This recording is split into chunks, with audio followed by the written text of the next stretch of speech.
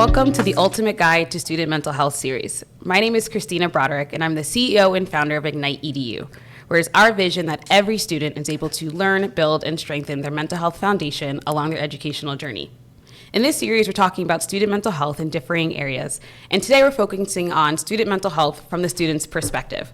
So today we have here Nelson Thomas, who's going to talk to us about student mental health from his experience and things that he's been doing to really make a change. So go ahead and introduce yourself before we get started. Well, thank you so much for having me on here. That was a great intro. Thanks. Yeah, that was fantastic. So my name is Nelson Thomas. I a recent graduate of the University of New Hampshire, co-founder of ecoText, which is a company focused on creating increased opportunity through affordability by really democratizing the process and the ability for students to obtain the curriculums and the literatures they need to be the best they can be, no matter where the classroom may be. So co-founded that alongside some superstars when I was at the University of New Hampshire, and we're excited about the growth and the opportunities that are being presented here as we're really moving into a changing world of academia and the opportunity to really bring a lot of value to students across the country. So really that being the main focus, main goal of our company, really a mission-focused brand here. I can't wait until the end we get to hear a little bit more about the progress you guys have been making and the ways that people can support you guys. Yeah, for sure. So before we dive into what's happening now with students and their mental health, talk to us about your experience, right? So what was it like for you growing up? What was it like for you in schools with mental health? What are some things that you experienced, things that you saw, just going from there? I really, kind of becoming a mental health advocate through my experiences as a student athlete. I had the opportunity to play football at the University of New Hampshire, which was a great experience, met so many great people along the way, and I really had a lot of fun doing it. But, as you go up in different levels of athletics, it becomes more and more trying for you as you're going along, just the ebbs and flows of the game that become natural. So, through that's really what started me really getting to understand, okay, what can I do to take care of myself when I'm not on the field or, when I'm dealing with these ebbs and flows that are natural with the game? How can I put myself in a prime position to best take care of myself ultimately? And I really lean back on this phrase, cultivating a toolbox of sorts. Like what things can I lean back on moments of stress and anxiety or uncertainty to give myself the ease of mind and just a momentary joy, whether in that period. And then you build those up brick by brick, and then all of a sudden now you're kind of past that momentary time in your life where then you feel better about what's happening. But so really just understanding and doing that self-development work has been so important to me. Really just getting to know yourself and getting to know what you enjoy, what makes you happy. So then, when you're in those moments, you know how to pull yourself out. Yeah. And it's hard, right? It's hard if you are, especially if you're like super young, right? So like elementary school, middle school, right?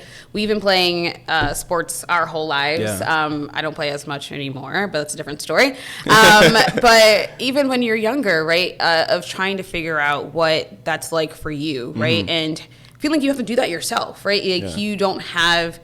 Maybe you can always turn to your parents, right? It's not really talked about so much in school, which is a really like a huge issue, which is why I do the work that I do.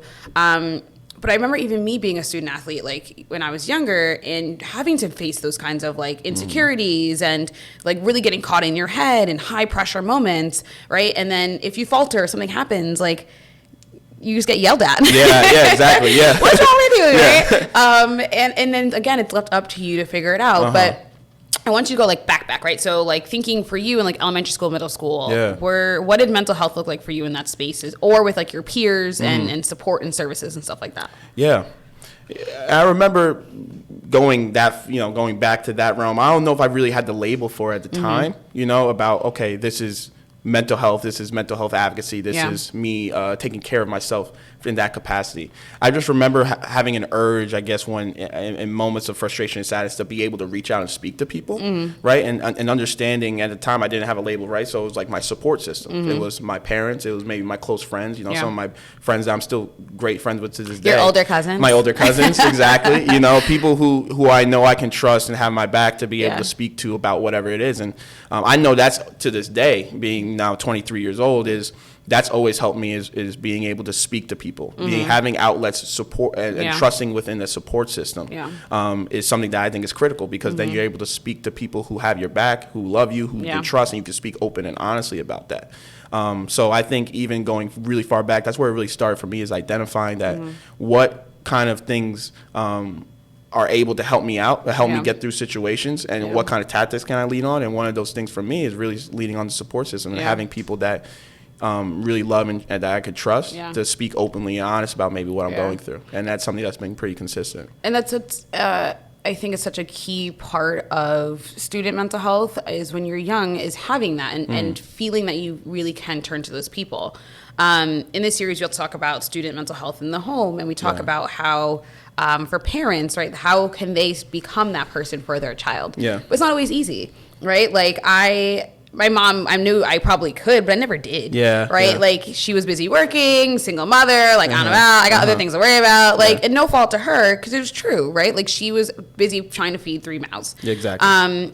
So I remember, I don't even think I had in elementary school or middle school a counselor or social worker, anybody. Yeah.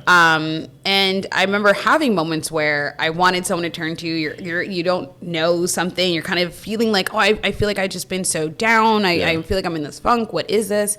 But where do you go? Especially back, when I was younger, we didn't have the internet like we do now. Yeah. We didn't have, my mom had encyclopedias in the basement, but like, what am I looking up, right?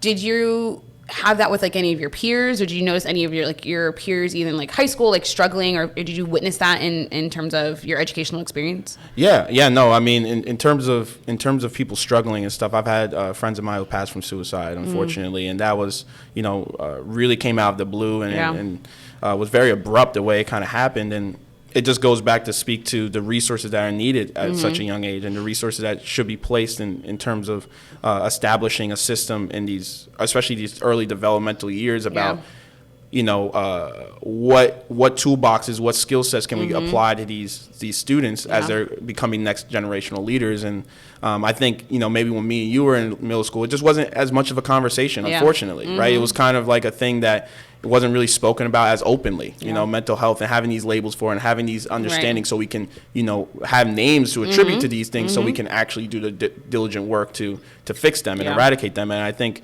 as we're going along, and I was fortunate enough to go to pretty nice schools and stuff that had counseling services and put a little bit more of a precedent on it. So that was kind of my first introduction.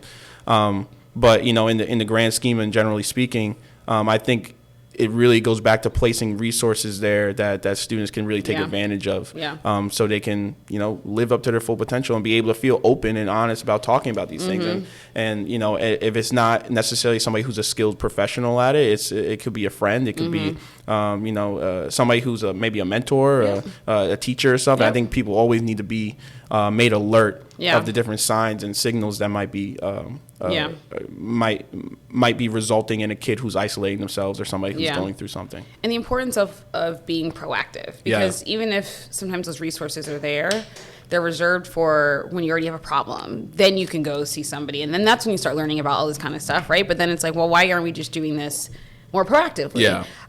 This past week, so I run a student mental health course, so I work directly with students, and we talk about mental health, and we go through different things like mindset, resiliency, stress reduction, self-care, and we also talk about support and what support looks like, right? Destigmatizing therapy and resources on campus. But time and time again, I just hear students being so frustrated with the resources that are available, right? So then it's like, how do we help students hold their schools accountable? Because the resources that may be there are subpar, right? Or they were telling me that there's long wait times, or they can't get frequent services, or when they go and speak to somebody, they feel like they're being rushed, or they're getting treatment recommendations that are given to everybody no matter what, and they're like, well, why are you giving me, my friend, the same type of medication or same type of plan or whatever? Like, they're not really individualizing it. So it's definitely complex, and it's really heartbreaking, because I think when students, it's very powerful to say, I need help, right? To make the decision that says, I need help. But then to go into spaces that are meant for students to get that help, and then they're not good, they're not great, right? And it's complex, right? It's a whole thing, layered issue of the amount of, people are available, et cetera, et cetera. But it's a hard spot, it's a hard spot to have to listen to students that are just like, please, can we do better? They made the big jump to want to be, and brave jump, right? To say, hey, I need help, I need to seek the service. And that's saddening to hear, because therapy has been something that helped me so much, right. Working through different things. But just learning about Nelson and building that emotional intelligence, which is so critical in every aspect of what you do, whether it be a relationship, business, personal endeavors, whatever the case is. Having emotional intelligence is such a skill that needs to be cultivated. So you control your emotions. Your emotions aren't in control of you. And so it's a little saddening to hear kind of those sentiments that you shared. And it is a layered and complex issue from a systemic understanding of like, okay, what's the best way we can treat so many students. I would say this: if you do have the opportunity, though, to ever be in a therapy session, it's important to understand and be, understand that this person is here to help you, right? And to be as honest about whatever you're going through with them, because it's like any doctor, right? They can only treat what you tell them. If you're not giving them, the information to your symptoms, they can't prescribe you the best medication in that perspective, right? So it's important to always just be so transparent and honest with this individual, because they're there objectively. They don't know the person you might be talking about. They don't know the situation. They really don't even really know you. They're just there to identify what's the best way to help you. And the only way for them to really truly help you on an individual personalized level is if you're being totally transparent about what you're going through, and not letting sometimes what the ego may be come up and creep up and block you from wanting to share certain things. It's hard. My first therapist years ago it was that, like, I got there and she was just like, just talk. And I was like, and I remember, like, I was lying. Like about what? I was making stuff up. And I was like, this does not feel right. I was like, it's probably a signal that I probably, I just didn't get the vibe. I didn't like the vibe from her, right? So I think it's also part of it is this recognition that everybody is not going to be the perfect person for you, right? Sometimes you might have to do a little bit of shopping. Sometimes you have to, but how do we then also with students, which is like another layer, is that advocacy, right? Self-advocacy and saying, this is not the relationship for me, but it's okay. I can go find somebody else. Exactly. It's difficult. It is, It's difficult. But I wanted to also chat about if you can go deeper for the transition for you in terms of how you got really into mental health, and then some of the things that you also do on campus. You did a lot of different initiatives as a student as it relates to mental health. No. So, I mean, I got really deep into it because it was just a feeling of, I was going through what I was going through. And I remember, from that football situation that was happening. And just again, it was just, I really had to do with the ebbs and flows. You come in, you're playing high school ball, you go to D1 ball, you're not playing as much, right? You don't have the same burn, it's kind of be frustrating. And especially when something that you've cultivated such an identity around, it's almost such a disruption for that identity to almost be taken away in that way. You know what I mean? So that was hard for me to deal with. But then as I went to therapy and started seeing the effects of it, and started seeing the benefits of it, and started making myself feel better in those moments, started seeing the strength in that emotional intelligence I was garnering, I said, I can't be the only person going through this as a student athlete. Right. I can't, I'm not the only student athlete on campus who's like feeling bummed out or sad or depressed or anxiety or have anxious feelings and such. So that really just motivated me to want to start in my position where I had a student athlete advisory committee. That made me want to start the event I had, which was Bench Out the Stigma, which is still going on. They're doing a great job with it. Hopefully they push it on next year. And, I was really, like bench, like actual benching. Well, that's part of it. Really, it's just, and part of it is the award giving, the bench pressing, the kind of athletic aspect. So it's like a competition, like how to explain that? You're right. So Bench Out the Stigma was an event that was founded on University of New Hampshire, where really was focused on destigmatizing mental health by normalizing the conversation, just having a bunch of people who are these jocks, these people that like you see as these strong figures in one room talking positively about the importance of mental health and having normalized conversation about the ebbs and flows that if you're in your athletic life or in your life in general, because at the end of the day, although we play sports, we are people too. Exactly. We're just normal human beings at the end of the day. Sounds like a good conversation. Sorry? Sounds like a good conversation. Oh, it was great, man. Yeah, I mean, it would have like last year we had like tons of like 300 plus people in the room and stuff. It was great. It was awesome. And it just really signified and showed power in symbolically to other athletes, even if they weren't in the room, or the greater community at large and the greater athletic community of the NCAA and all that kind of stuff that, at the end of the day, athletes are human beings too. We have emotions, we have feelings. We're not robots, we're not items, we're not commodities, we're not just assets to coaches. It's something that, is important, and you need to treat us like human beings and understand that it's okay to not be okay. It's okay to have those kind of feelings before games, for practices, through competitions, etc. And you'll have outlets here to be able to help you get through it, because not only will going through that and seeking the proper help make you a better athlete. It'll make you a better person. It'll make you a better you at the end of the day too. And so really that was the main focus of the event. Right. The other aspects that we kind of made it fun because we are athletes at the end of the day too. We had like bench pressing competition for most reps, most impressive lift to somebody. What's like the most reps someone did? Oh man, somebody went under the bar. I think a football player one time, we did like 135 and one of the football guys went underneath there and benched it like 50 plus times. Yeah, and then actually the girl, we had That's literally benching me. Yeah. Like, one of these big, these are some big gritty linemen now, getting under there and getting after it. And then we had some of the young ladies as well who were in the athletic. I think one of them, blew, I think we did like 115 for the female rounds and stuff, and somebody did that like 80 plus times or something. Like we had some really impressive athlete numbers. I was like, dang, I got pump these numbers up a little bit. I have zero arm strength. Yeah. I'd be on this. You got it. Yeah. I keep going. They would kill it, man. And then awesome. And then we would do like gift cards and stuff. And last year was going to be sponsored by Buffalo Wild Wings and things. So we were giving out like gift cards to the first year we gave out gift cards to like Lululemon, Nike, and all that kind of stuff. So cool. All in all, just more importantly than anything, I wanted to serve just as a symbol, a beacon in, if anything, the UNH community, that your mental health is important, your mental health matters, and at the end of the day, you have a safe space to be able to communicate that. This normalized conversation. It's not something that you're going to be, benched over or stigmatized around or felt less than because you came out and said, hey, I need help. Right. And it speaks to how important it is for, not just for students to be aware, but then also the administrators, right? Coaches. If you make it a priority, it's going to be a priority, right? Exactly. So I want you to talk about a space that has been, I think, challenging for many students given the global pandemic of ending your senior year. You didn't get a chance to walk across the stage you worked so hard for, and then that transition and the abrupt changing of just your life. A lot of studies are coming out that 85% of students have mental health has been drastically affected by the COVID-19 pandemic.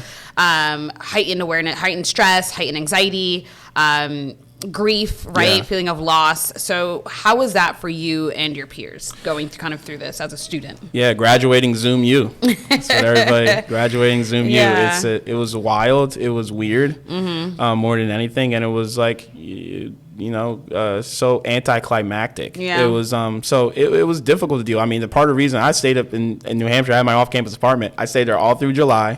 Mainly because I was like, well, shoot. I mean, when college is over, it's over, and I want to soak up everything left I got in this experience. So it's definitely an unfortunate thing and very hard to deal with because you kind of work looking forward to that graduation day, looking forward to family coming up. And, I went to everybody else's grad. I'm like the last one to graduate too out of everybody. And it was so in that way. It's just kind of one of those things that it just sucks, and there's really nothing you can do about it. It just like sucks, and really just in that way. Focusing and going back to this a little bit is focusing on what you can control. I can't control that. It's part of course. It's part of life, and ultimately we're all kind of in the same boat, dealing with COVID in many different ways, and having perspective too. Because although in those moments, I was so bummed out about the fact I didn't graduate, and that I had to look at a computer screen and see my president just acknowledge the fact that today would have been a nice day, if not for COVID.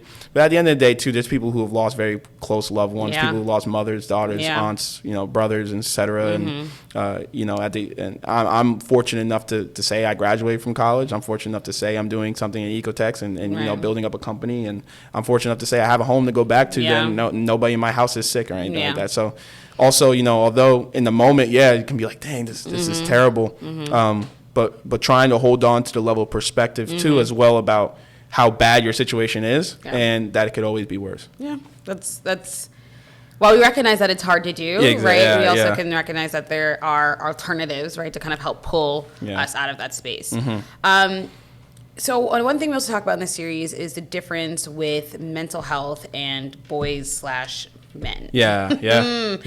Because it's just very interesting how it's just something that men just don't really talk about, don't attend to, right? And we can talk a little bit maybe about like toxic masculinity. But even when I do my course, right, out of the 40 plus passing current students, there's been one boy, one male. I've spoken to directors who sign students up, and when I do professional development and I kind of talk about this stuff, they're like, you're right. Even for us, like when we think of who to enroll, their brains go to girls, right? They're like, we don't even, and it's like how ingrained that bias is sometimes, right? So have you noticed as a young man, what that has been like for you growing up? Did you experience or hear certain things that were said about like, being a man and not fear, or don't being in touch with your emotions and having to like break that down? Like, what was that like? Man, I played football, Chris. Other things yelled on so, the football you know field, what I'm saying? Like, talk about a sport. I mean, I don't think there is a sport that's more hyper masculine than football, American football. And to kind of touch on that point of toxic masculinity, there was this notion, this kind of barrier put up that you have to deal and bear alone certain pressures and things as that's just part of being a man. That's part of being an adult, right? And it's your responsibility to kind of deal with that and not burden other people. You're supposed to be the one out there doing the work, doing the goods, and not focused on necessarily how you feel. I mean, who cares how you feel about it? You know what I mean? So those things, especially, I mean, when you look at football, are always communicated, by nature of the game. I mean, by nature of the game is hyper competitive, hyper masculine. It's just hyper violent and physical. And you've been playing since you were what? I've been playing since I was 10 years old. So I was 10 years old when I started. But it's in that way it's changing. But it's relieving when you kind of step away a little bit and are able to shed those kind of social constructs. 'Cause at the end of the day, they're really social constructs, right? Like, who made that up? Right. You know what I mean? That was kind of just built over time to become a social truth. But at the end of the day, no one necessarily, it's not stamped in any documentation that a man can't go to therapy, a man can't be a mental health advocate, a man can't take care of themselves emotionally or even physically. Like, come on, go get your toes done, bro. Like, get your nails done. Take care of yourself. Wash your face. Take a bath. My boyfriend for a pedicure. You know what I mean? Come on, get a pedicure. Come on, like, do things that make you feel good. Why would you, in general, like, why would you hinder yourself from doing something that make you feel good? Why? Because it's not quote unquote for you or quote unquote for what men do, or it's feminine. Come on, man. I mean, I think one of the things is you want to exude confidence. That's manly, right? That's masculine. And at the end of the day, it's a short life. You got to do what makes you happy, what things you find joy in doing, and kind of shed these kind of necessarily these pressures and societal constructs and social constructs that are really, when you boil it all down, it's kind of made up. It's kind of fabricated. It's just kind of there, and we've just come to accept it as truth. But when you shed yourself from necessarily putting all that burden on yourself or having to be this overarchingly quote unquote masculine figure, you find that it's just such a relief. And sometimes how there's like this weird, I don't know if it's like a duality or just like how it contradicts itself. Maybe that's probably better. Do you know Brene Brown? She's a shame and like vulnerability researcher. She has a really good like episode on Netflix. She has a podcast, books, all this kind of stuff. She's really amazing. And she, again, talks about shame and vulnerability.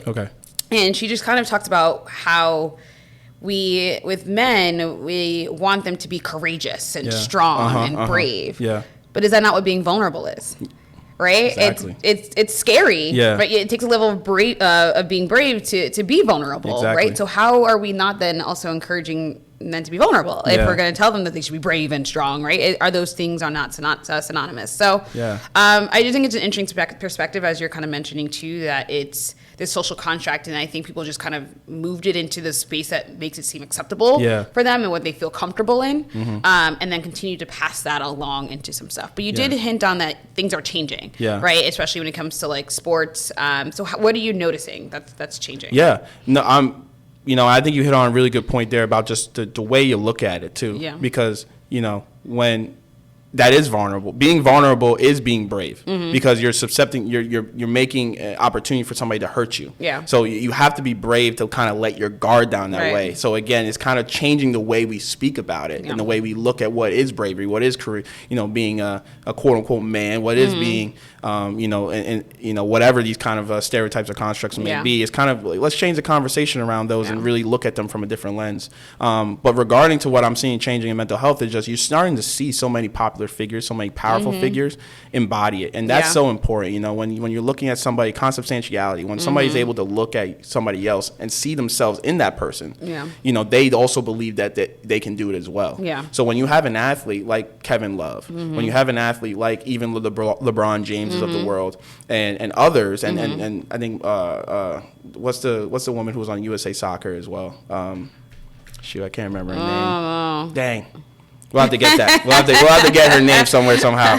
But you have these figures who are talking so powerfully about mental health, that are in such a great position where they don't necessarily even have to do that, but they're acknowledging that, hey, even I, who am I at the elite of the elite, I'm on the USA national women's soccer team, won a gold medal. I won an NBA Finals championship. I won a Super Bowl. And I'm acknowledging that, like, hey, I went through this stuff. I go through this stuff day in, day out all the time. Really begins to normalize the conversation, because these are people who little kids, little young men and young women are looking up to and aspiring to be like. And they maybe already thought, because of going through playing football since 10 years old, thinking, okay, I gotta suck it up, I gotta be the dude, I gotta be hard, all this kind of stuff. But you see somebody else is saying, like, look, I've reached the NFL, I've reached the pinnacle, what you maybe see as the pinnacle, and I go through these things too, and this is how I'm dealing with them, is a really powerful construct when you think about people who really look up to those figures. So having that conversation be normalized on that scale from these high figures who are reaching these elite levels in athletics, or these elite levels just in life, in general, even if it's an actor, a CEO, a chef, or whatever the case may be, creates just a powerful example for people who are following in their footsteps who want to also aspire to be in those same positions. And then even if we're bringing it back down to kind of like more of the micro level of, even when in education, the staff, right? The students are interacting with. When I talk with my students, meet with my students, I have gotten used to a certain level of vulnerability. I talk openly about my therapy appointments, right? I talk openly about my anxiety that I face.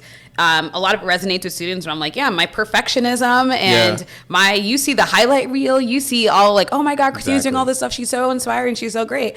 There is so much behind the scenes that is happening that you don't get a chance to see. So how can I make sure that I am letting them know that with my words, right? With my voice, saying, you may see the highlight reel and you see me leaving my job and you see all this stuff, but there's these things that are happening behind the scenes. That's also important, right? And that's a way to connect and build those relationships with students where you can see it now from your athletes or things that you admire, but then also when you're in your school building, right? How are we modeling for students taking mental health days? How are we modeling for students the importance of talking about mental health and calling it mental health, right? Not just like wellness. No, we're going to talk about it and name it, right? We're going to name anxiety. We're going to name depression. We're going to name a sleeping disorder. We're going to name these things, right? Because that is all part of that normalizing and destigmatization as it relates to mental health. And there's such power in speaking your truth too.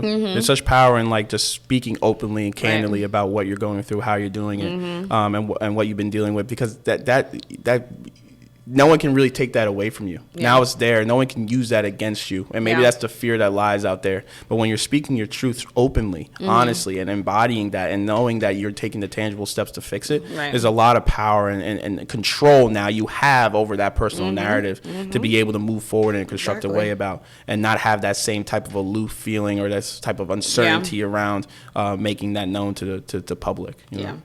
So from your perspective, what else needs to continue to happen within the educational spaces to best support students, right? Based on what you've experienced in, from elementary school through college, what your friends have experienced, what you've seen peers, other people within your life go through, what else needs to happen? What do administrators need to do? Like if they're listening in, right? What are some things that they need to start doing to best support their mental health of their students? Yeah, I think it's it kind of leans to about, I've been thinking about this a lot lately, it's sustainable processes. And we think about sustainability, we often think about, the environment, we think about maybe food processes and how but it's always kind of in the environment. But what about personal sustainability processes? What about creating ways in which, understanding, okay, is it logical is it proper for the mental health of my student perhaps for me to assign them 7 hours of homework every night, for this semester, or 7 hours of homework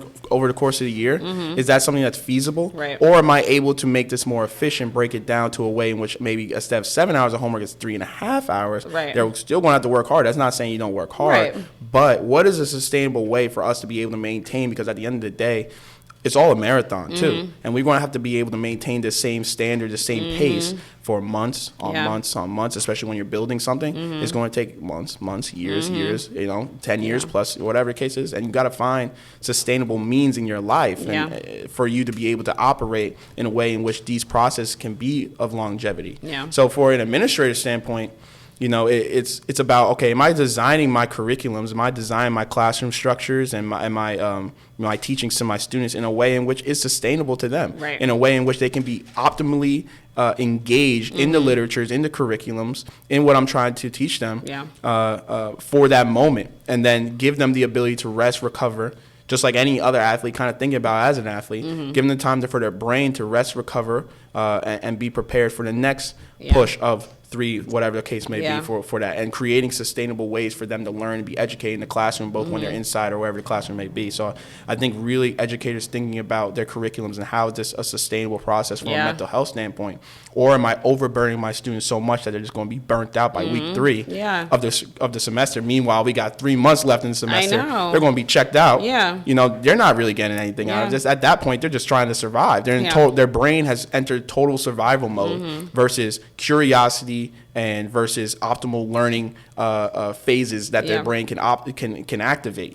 They've moved from that place to just, I'm just trying to survive this course. I'm just trying to get through. I'm just trying to get by. If they even make it, or if some of them drop out the class, some of them drop out of school. Right, 64% of students that drop out of school is due to mental health reasons. Yeah, exactly. So it's like, as a student, as an educator, as a curriculum builder, as an administrator, am I building sustainable processes for my constituents that allows them to be the best student they can be from the first day of class to the last day of class? Yeah, I think that sums it up beautifully, right? I was meeting with like a bunch of educators yesterday, and that was a big focus, right? How can they build mental health strategy, skills, questioning, awareness into what they're already doing, right? Instead of having this it be in silos or something separate, right? Oh, let's bring in the social work, let's bring in whatever, do something, a workshop or something, and then we're back to square one and they're doing all these other things, right? How can you build it in to what you're already doing for that sustainability purposes, right?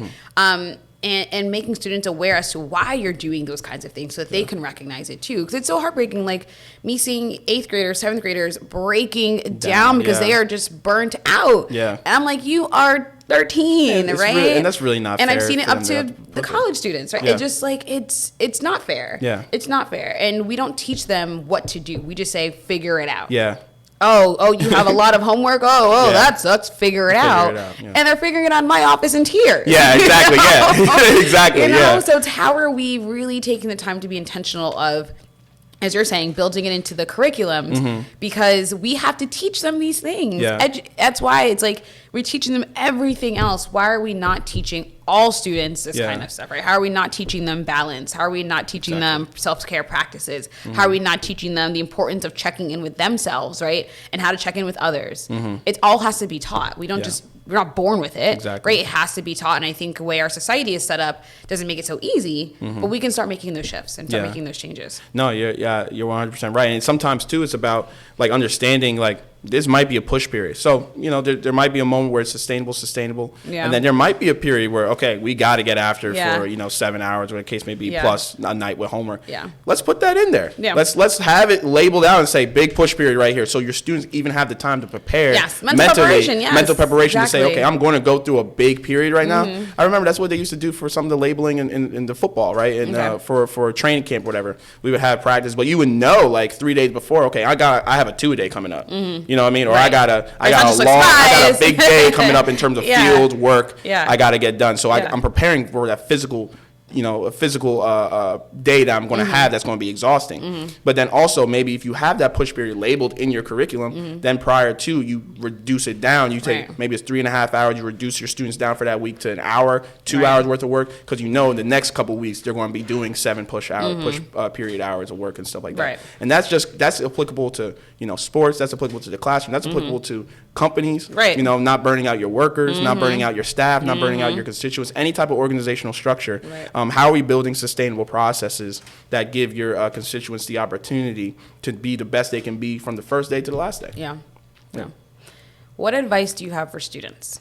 If there's a student listening in and they want to know more about mental health, or they feel like maybe they're struggling, they feel alone, what advice do you have for students? Yeah, man. I would say from a student's perspective that it gets better. Okay. That, from a mental health standpoint, I'm kind of thinking about a student who might be thinking through something and might be struggling with something, that it's never as bad as maybe you think it is. And sometimes we create these, and the mind is so powerful in this way. It's powerful in many ways, but it's powerful in the way in which sometimes we unknowingly convince ourselves of certain realities, convince ourselves of certain narratives about ourselves, about the outward perception of ourselves that aren't quite necessarily always on point.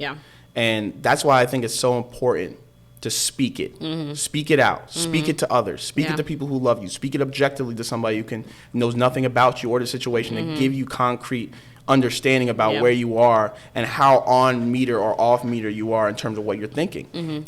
I think sometimes too much is done internally, too much thinking and processing is done internally, and then unfortunately that then exudes itself in ways in which, outbursts, in random breakdowns, and all of a sudden this monologue, internal monologue, sometimes negative internal monologue, is then brought to truth because of the actions that then represent that internal monologue, but it was never spoken and had the opportunity to be corrected, maybe for where it doesn't align, where maybe that's a misconception or maybe something that's not as accurate as maybe you're building it up to be. So I'm really thinking about a younger student too when I'm talking about this, a high school student, a middle school student, that at the time period, whatever you may be going through or feeling like you're going through, find somebody that you can speak to about it, and remember that it always gets better. It's a long, long life. I'm 23 years old. You're so old. Oh my God. I'm 23 years old, but like I'm nowhere near even getting started. Because the thing is, we have a long existence. It's a long runway. It's a marathon of a life.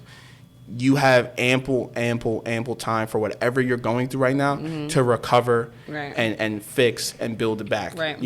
So it's never keeping that perspective of timeline, that I have a long life to live, and that I'm so young that no matter even what happens to me at 15, 16, 17, 23, what's that really going to mean when I'm 35, 40, 50.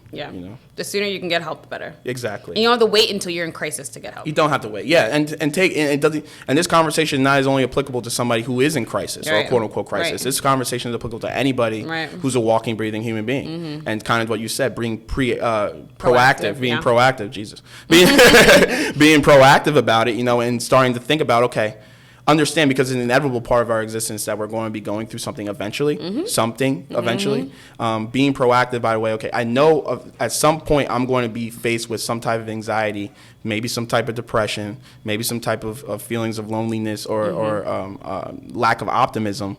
What can I build now and understand about myself to be able to pull myself out of that situation brick by brick? The student once asked me, when's the best time, or when it's time for you to go to therapy? And I said, whenever you feel ready. Exactly. That's whenever you feel ready. Really good. That's really good. All right, so talk to us about ecoText. Dive in. How'd you guys get started? Where you're at now, and then how can listeners support you? What does support look like, et cetera? So ecoText was a company founded by a couple gritty and ambitious college students who really wanted to figure out a solution to obtaining the necessary learning materials for their classes. And it really started with our CEO, Joel Kunku, who was an engineering student at the University of New Hampshire, who engineering books, as we know, are so expensive. And I don't know that, but regardless, books are expensive in general. College books are crazy. And it was, a means of finding a better solution to getting those books. And through that thread, that unfortunately not uncommon story of having to pay these exorbitant prices for their college textbooks. I remember going into the first day from my class. I think I had a Spanish class or so my freshman year. And I walked into the bookstore, excited to get started. Looked to the left, saw that the book cost $300, walked right out because that was something that just was not feasible at all. Yeah. And that's a story that we have across the board on our team, and that really was the motivation for us. That's how I got my first credit card. Yeah. I have never paid off to this day. Yeah, it's like, why? It was because I needed my college textbooks. Isn't that crazy that how we're having a conversation that now you're going into, you're an adult, you've been graduated school, you still are carrying I mean, it's gotten bigger, but I bought more things. But yes, it started surrounding because of your college textbooks. I mean, that's really absurd. So that's really how we got started at ecoText and building our company up in that way with that motivation to create a more accessible and democratized process for students to obtain the learning materials they can be, so the educators can be the best they can be in the classroom and the students can be the best they can be in the classroom. Love it. Yeah. So where are you guys at now? You're raising funding, right? We're in pre-seed mode. We're in pre-seed funding mode. We raised close to $100,000 to date, going after $250,000, and we're in a stage where we're going to market with new technology, this ultimate collaborative learning tool in a way which really brings optimized learning processes to the classroom, really hits on all the ways students are able to best learn, whether it be through in-person lectures, whether it be through speaking to one another right within the margins of the text, whether it be through isolated, whether it be through speaking and talking with their professor late night. All those things are possible through our ecoText platform. And really trying to optimize the learning process and bridge the gap between the teacher and the student in the classroom. So then we have the product, the new technology going to market this fall, and we're excited to kind of bring that to classrooms across the country, which is really fun. I know, like with all this online learning, I think it's probably the most opportune time to have an online platform. And it's really, it's been a very unfortunate situation, but it's really changing a lot of things. You see so many things in general. I mean, even with, we think about Black Lives Matter, socially things are changing. But also when you think about the bottom line, innovations in the classroom have been no different since probably 1940s. But yet the cost of the price to go to school has only been on an upward trajectory since that time. And really you now see this like Rolexification, as Professor Galloway from NYU likes to call it, is this Rolexification of these universities, where now instead of being public servants, they're more of name brand universities that you're kind of getting that name to be able to go forth with. So, in that way, I think a lot of it is changing because now that tide is changing, both from a student perspective, demanding the fact that I'm not paying these $300 textbook prices anymore, but then also teachers being in a position and universities being in a position now where I have to figure out how to best create and maintain my name brand standard of education if my students are on campus or off campus. It's creating a lot of opportunity for companies like ours to be able to be an aid to these institutional partners and the students and bring those two worlds together to create a holistic learning process. So how can people support you guys, and where can they find you? So you can find us at ecotext,